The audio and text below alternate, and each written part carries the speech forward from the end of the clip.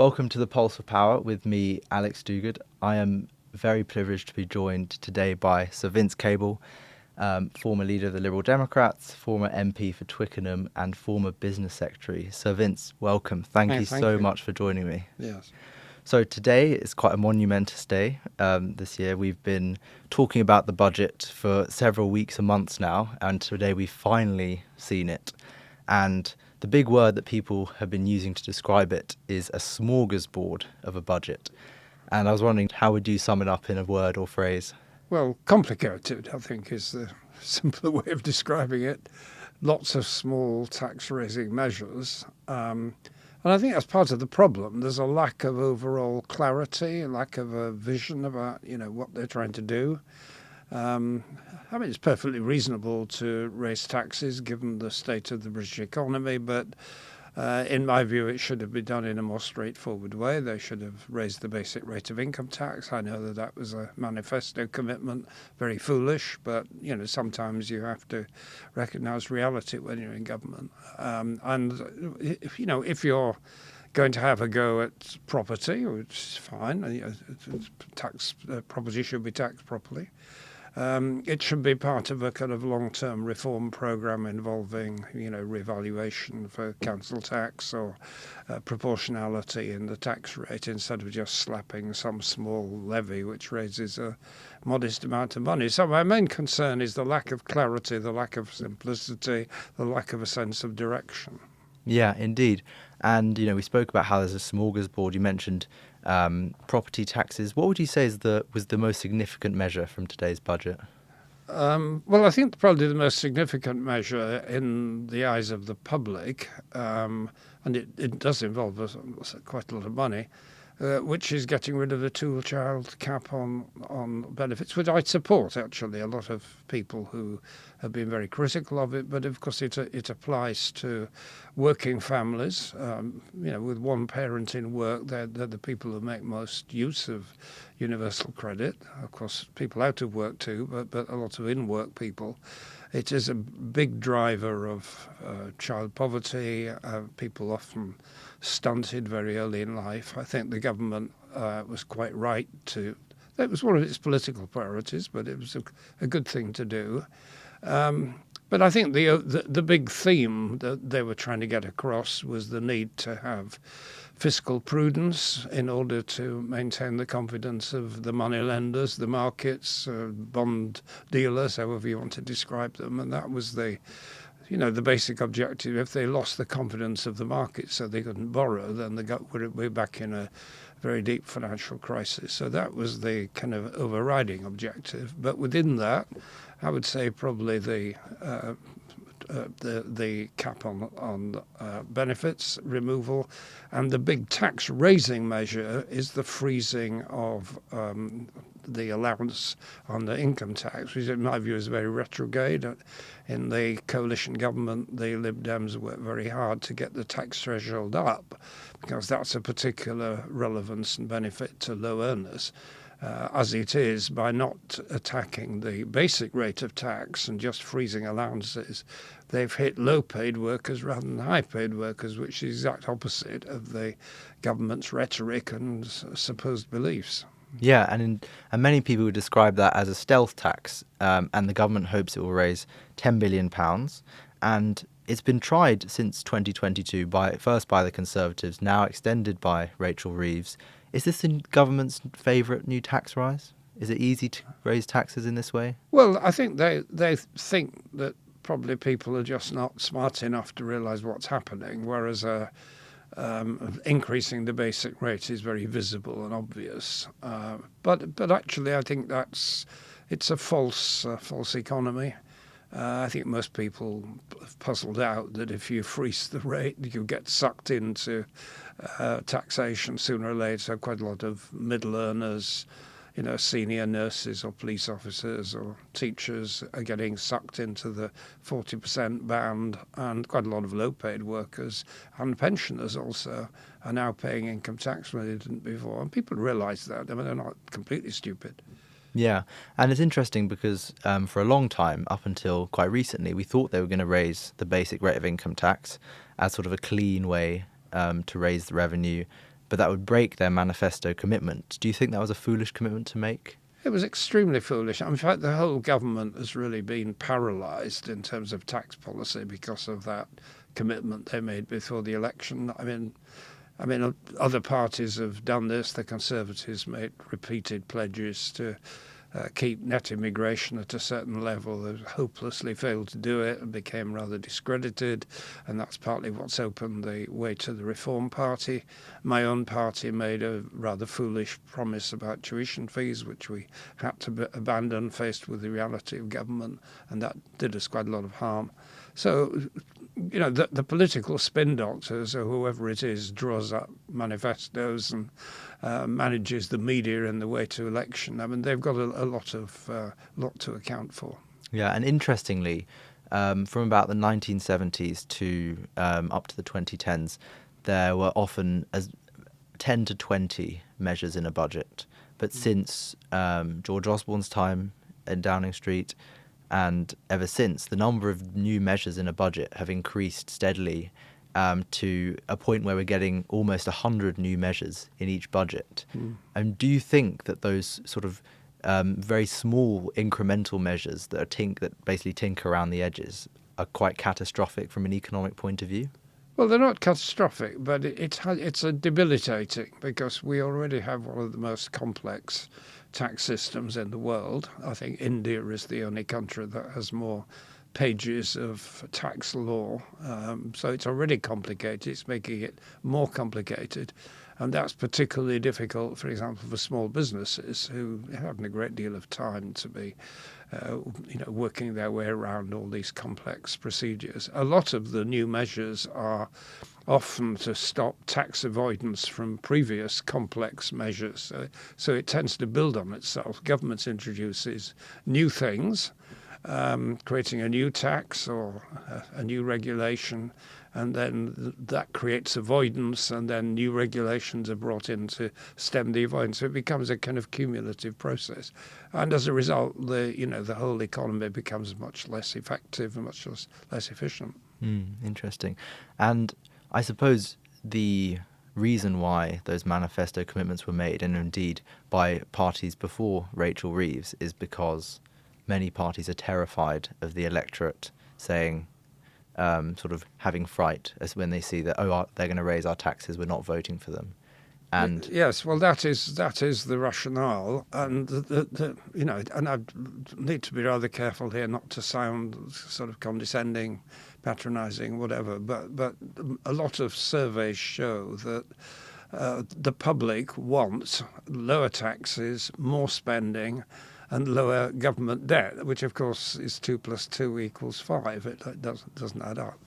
And politicians have got to be brave enough to say, sorry, we can't deliver what the public want. It cannot be done. We're going to have a period of difficulty. Some tough choices will have to be made. And to say that before the election rather than after.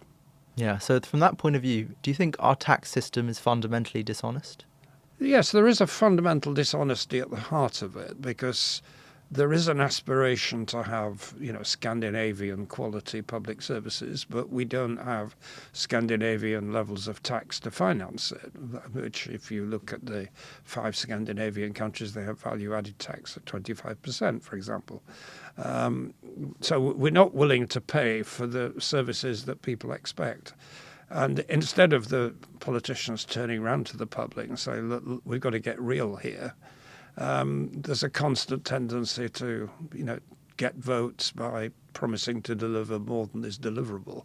And the fact that the economy has been growing very, very slowly for the last almost 20 years now, since the financial crisis, not just in Britain, but everywhere, has just made all of that much more difficult. Yeah, and we spoke about one of the key measures earlier being what some call a mansion tax, the changes to the top band of council tax. Could this cause a housing market crash? No.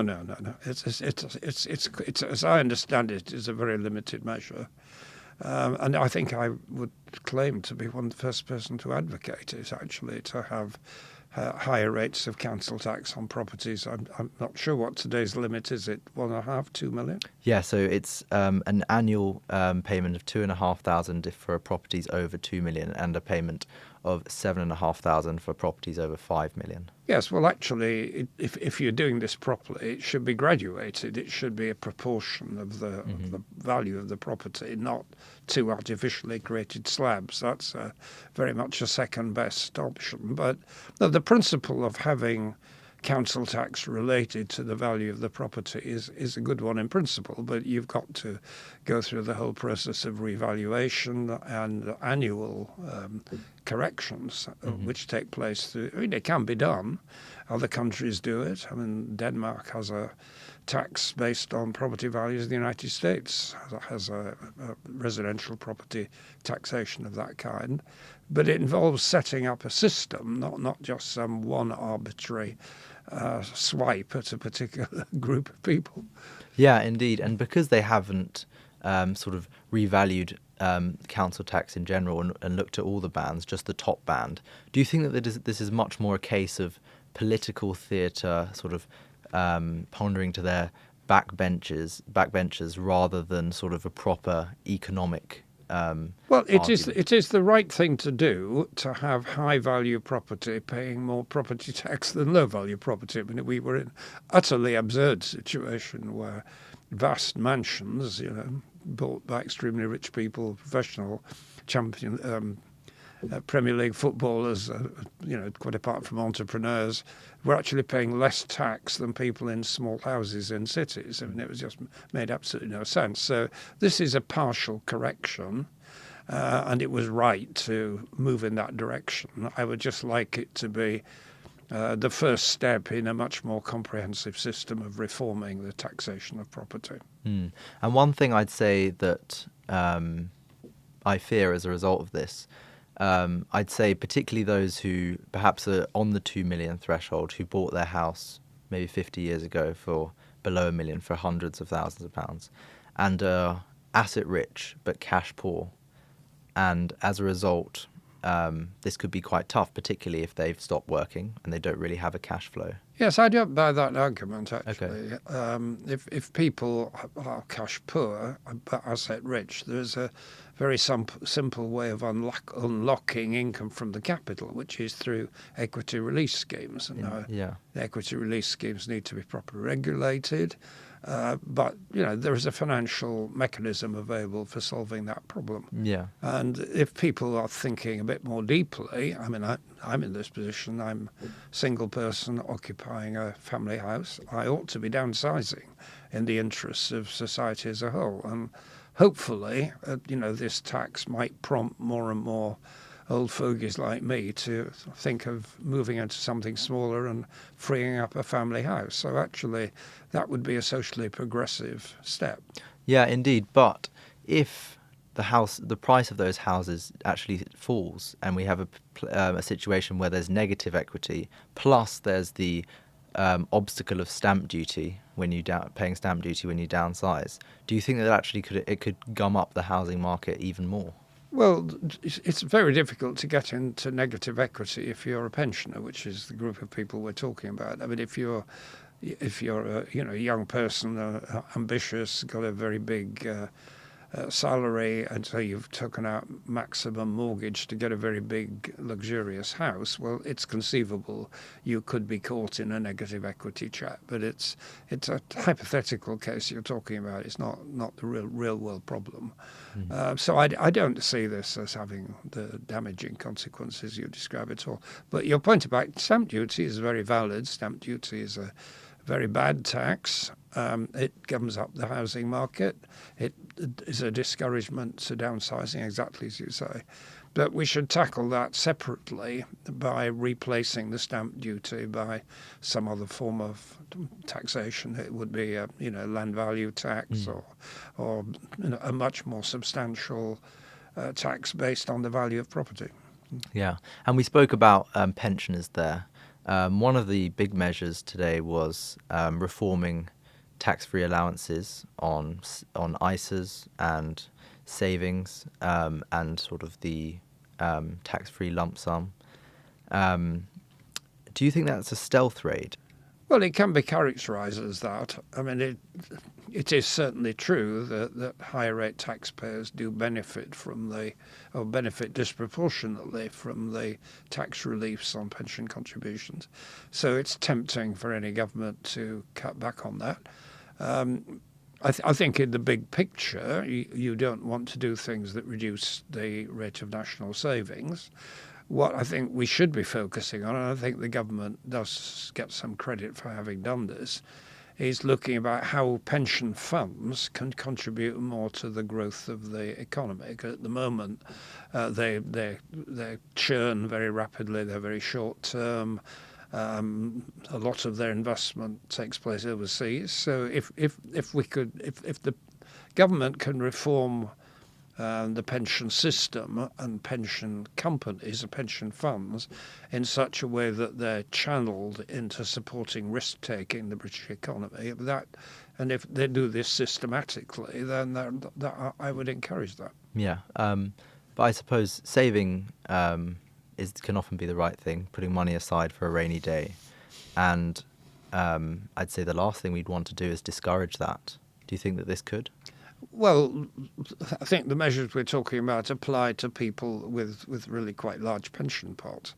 The people who ought to be saving are the people on low incomes, because they are the people who will be faced, hopefully in not too many years, with the phasing out of the triple lock, which has to happen. But it does currently provide a kind of floor underneath the state pension. And if that is, if we're going to move ahead to a world where there isn't quite such lavish and expensive provision, people have got to make better provision for their own savings. And we're talking here about low earners. We're not talking about people with vast pension funds. Yeah, and the triple lock is obviously becoming even increasingly hard to sustain. Yet for now, the Tories and Labour are both committed to it. We're yet to hear from Reform what they do, but for now that is quite a big constraint on a welfare bill that's rising. And we talked about earlier the 2-child cap increasing costs about $3.5 billion to increase. Now you say you support that. Do you think it's the best way though to reduce child poverty? Well, it's the best known measurement to reduce child poverty. So I actually think that was a good step. I was in the government that introduced the restriction in the first place. I'm not proud of that. I think it was a bad move. Britain is actually an ageing society, so we shouldn't be introducing tax measures that discourage people from having children and discouraging mothers from staying and looking after their children at home, which many of them choose to do. So getting rid of the cap was, in my view, a necessary and progressive thing to do. Yeah, and looking at wider benefits, the benefits bill is going to increase by about 15 billion, with overall benefits rising in line with inflation. And we saw earlier this year the government had to abandon their plans for savings on personal independence payments owing to a backbench rebellion. Do you think that they need to come back and try again to reduce the welfare bill? Well, I would start with pensioners. I am one. But I think we're very generously treated relative to other sectors of the population, and have been protected from all the difficulties following the financial crisis. So I think if you're trying to cut the welfare bill overall, the first step will be to phase out the triple lock, have a double lock or in some other way, and also raising the pension age, which also likely to be unpopular, but has to happen. And then you look at the working age benefits, which people tend to focus on. And undoubtedly there are anomalies there. There are a lot of people who are temporarily sick but are becoming permanently disabled, which is not sensible. I think the government understands the problem, and they've set up under Stephen Timms some committee to look at how you look at it. I mean, the obvious problem area are people getting personal independence payments. Some of them are genuinely seriously disabled, they need help. but the eligibility criteria are probably too generous in some cases. But dealing with that with kind of broad measures is very difficult. We talk about individuals and individual needs, which are very difficult for governments to assess on high. You need people to look at individual cases. Yeah, and one of the big things that have happened since the pandemic is the reduction in face-to-face assessments. And the Tories say that they're going to reduce welfare spending by 23 billion, and one of the big headline measures in that is ramping up face-to-face assessments and tightening eligibility criteria, as you just said. Do you think that face-to-face assessments would actually result in a significant reduction in the bill? It would help, but of course you have to pay for the assessments. Yeah, and I was MP for long enough, and I met enough disabled people to realise that the face-to-face assessment often produced ridiculous and quite cruel outcomes. For example, you have people who are not necessarily fully qualified doctors. They're being asked to make instant judgments on what are often very complicated physical or mental disabilities. The tests are often very simple. You're asking somebody with a mental illness to walk in a straight line to prove whether they're disabled. I mean, it can be ridiculous. So face-to-face assessments are clearly better than assessment by computer or some mechanised system, but they're going to produce anomalies and cruelties. And the idea that you can squeeze vast amounts of money out of the system in that way is an illusion, and politicians shouldn't be promising it. Yeah. And I want to turn to some of the wider taxes. We mentioned earlier the word smorgasbord being used to talk about the many small new taxes being introduced. And one of the ones that was introduced, which Ed Davey has been calling for a bit now, is a tax on online gambling, which is also shared in support by Gordon Brown. Do you think that's a sensible measure? Well, at first sight it is, yeah. It's a social negative, it's a sin tax, basically, like alcohol and tobacco. But, of course, the people who pay the price are gambling addicts, many of whom have a psychological problem and need help. Of course, in the short run, all you're doing is making their lives more difficult. Of course, it's not going to be played by the gambling companies. They'll simply pass on to the punters. But, in principle, it could raise some revenue, and it could discourage behaviour that we want discouraged. Yeah. And one of the big things that's being talked about in political debate is the topic of net zero. And an interesting measure today was a pay-per-mile tax on electric vehicles. And I wonder that in a time when we're trying to encourage the transition away from petrol and diesel vehicles towards electric vehicles, is this a bit counterproductive? Well, the whole transport tax system has got to be converted into payment per mile. I mean, that is a logical way of taxing pollution and congestion and the other negative consequences of transport. The question is how you get there. If you just put a levy on electric vehicles while freezing the fuel duty, which is what they've done, that you are going to encourage people to switch back to petrol and diesel or discourage people from going into electric vehicles. So you've got to, I think the end goal of having road user pricing is a sensible one, but just doing it with arbitrary short-term, elastoplast sticking type mechanisms is not going to help that process. But the issue about how we move to electric vehicles is, of course, a far bigger one. As it happens, I'm chairman of a company that's been trying to introduce hydrogen into the road haulage system, and another consortium of companies that's trying to bring batteries into heavy goods vehicles. And the tax regime needs to be very, very carefully adjusted to make sure that you don't disrupt this process. Yeah, and alongside that, Rachel Reeves announced that she's going to continue to extend the fuel duty freeze. Is that another unsustainable Well, area? it's another bit of weak politics. I Yeah. mean, to be fair, the government I was in did that. The successor governments did it. It's one of these populist things, a bit like the triple lock that politicians are terrified in tampering with. But actually, if we were being serious about revenue and serious about discouraging pollution, we wouldn't be shying away from it. Now, the reason they haven't done it this year is because it would have a significant effect on inflation in the short run. Yeah. And alongside new road taxes, we have a sugar tax, which was introduced by the coalition government, but now covers more area, particularly dairy products. Some people have branded it a milkshake tax.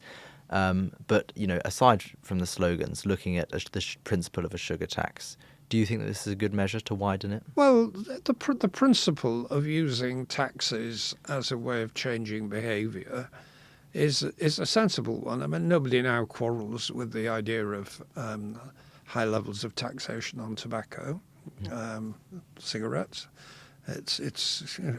You have to find ways of persuading people to give up, and taxation has proved a very good way of doing it.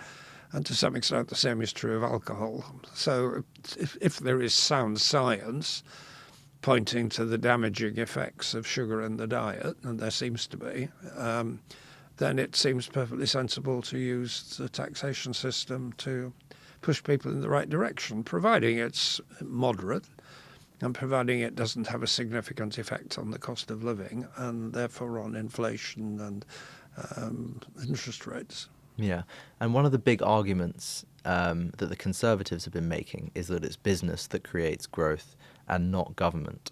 And you were business secretary, and many on the right have been saying that the government have been waging sort of a war on business, with last year's rise in employers' national insurance contributions, and this year we have a new tax on the hospitality sector. Some brand it as a tourism tax, but basically an extra charge on tourist venues. Do you think that this is a bad tax and will severely hit the Well, I hospitality think you're running sector? together a whole lot of different things there. The starting proposition is that businesses create growth. Well, they do, but of course government can help. And actually, one of the positive things that the government has done is to enable the government borrowing to finance investment, which is something we didn't do in the coalition, and even Gordon Brown wasn't able to do it, which is why we had the private finance initiative. So government investment alongside private investment is positive. But whether the government is encouraging business or not, certainly when I was in government, we did our best to stimulate business. One of the things George Osborne was very keen on was cutting corporation tax. You can argue that that was a rather blunt instrument, but it was actually a Conservative government that then reversed it, right? So if you're thinking about the impact of tax on business, I would think that corporation tax is probably the one you should be looking at. Yeah, and interestingly, when we think about all these taxes, none of them have come as a surprise, because there was a series of leaks and briefings, and actually culminating in today with the OBR publishing its forecast early before the budget statement had actually started. And it begs the question, is the Treasury and the OBR still fit for purpose? Well, the Treasury does a lot of things wrong. In my experience, I was in government for 5 years. They're often extremely clever people, but they can get big decisions wrong. I think, in my view, they had this obsession with curbing government investment when I was there, which has made absolutely no sense and has done us quite a lot of harm. The problem is how you reconfigure government to deal with that problem. Going back when I was a young man, we had not Gordon Brown but George Brown, who brought in a very powerful planning ministry to counter the weight of the Treasury. You could move to something a bit like that, a bit like the German model, where there is a finance ministry that does the national accounts, basically, and makes the budget numbers add up. And then you have an economic ministry that is supposed to be driving economic growth. You could get something similar here. And the department that I headed potentially has that kind of role, rather than having a large amount of power concentrated in the Treasury. So my inclination is to move in that direction.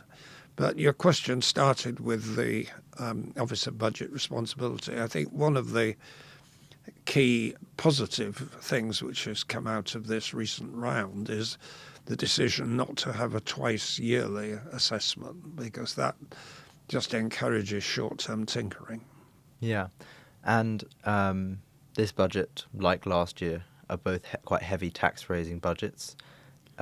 Which one do you think was better?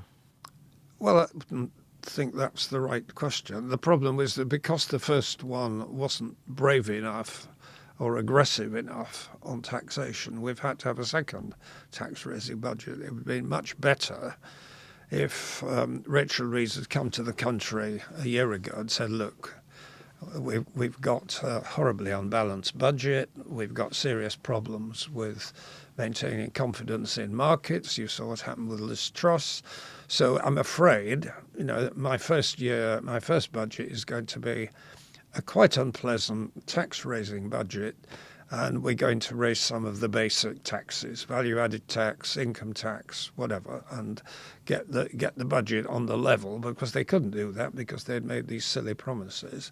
And having then balked at doing what they needed to do, they've had to come back for a second dip. I mean, what would be terminal if they had to come back for another tax-raising budget? I think that would completely knock some people would say it already has, but that would completely knock the stuffing out of the government and probably people's confidence in democratically elected governments generally. Yeah, do you think this one does the job, though? Well, it's probably, I think, is probably the answer. Okay. Well, Sir Vince, thank you very much. That's the end of part one on the budget. In part two, we'll be looking at Sir Vince's incredible political career, from his time moving from the Labour Party to the SDP and to the Liberal Democrats, through the coalition period, and then today's wider politics.